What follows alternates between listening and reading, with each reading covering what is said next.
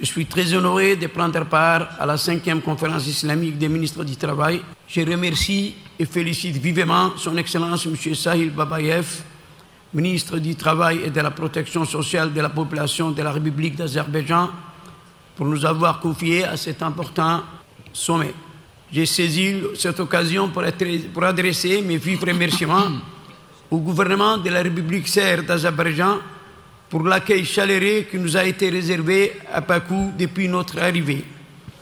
Avant de partager avec vous les grandes lignes qui guident nos actions pour relever les enjeux des thématiques à l'ordre du jour de cette conférence, tournée sur le développement humain, je voudrais, à l'instar des autres nations qui m'ont précédé, exprimer toute ma solidarité à l'endroit du peuple palestinien qui subit depuis plus de 2 mois un déluge de faits d'une violence inouïe de la part d'Israël.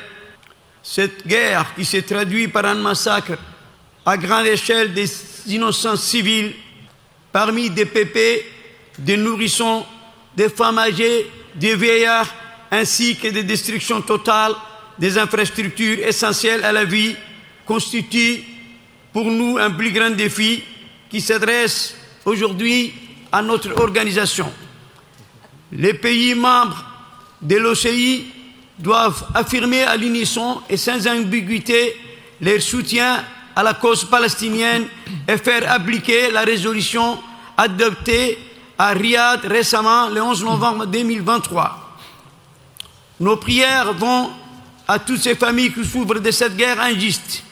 La République de Djibouti condamne vigoureusement cette agression et cette barbarie et demande et lance un appel à la communauté internationale pour que cesse finalement cette barbarie et ce génocide contre le peuple palestinien.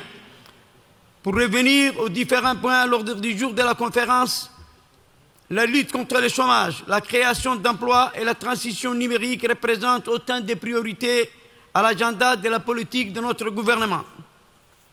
La mise en œuvre des stratégies et des programmes pour investir dans ces domaines d'action nécessite un développement alliant croissance économique inclusive, capable de créer des emplois et d'assurer le progrès social. L'objectif principal étant d'offrir un emploi décent à tous les citoyens, d'assurer un socle de protection sociale intégrant une assurance maladie universelle et des filets sociaux pour amortir les chocs exogènes tels que la maladie, la sécheresse, la sécurité alimentaire. En matière de protection sociale, la République de Djibouti est engagée dans la construction d'un système de protection sociale universelle qui garantit l'accès aux soins et à l'hospitalisation de tous ses citoyens.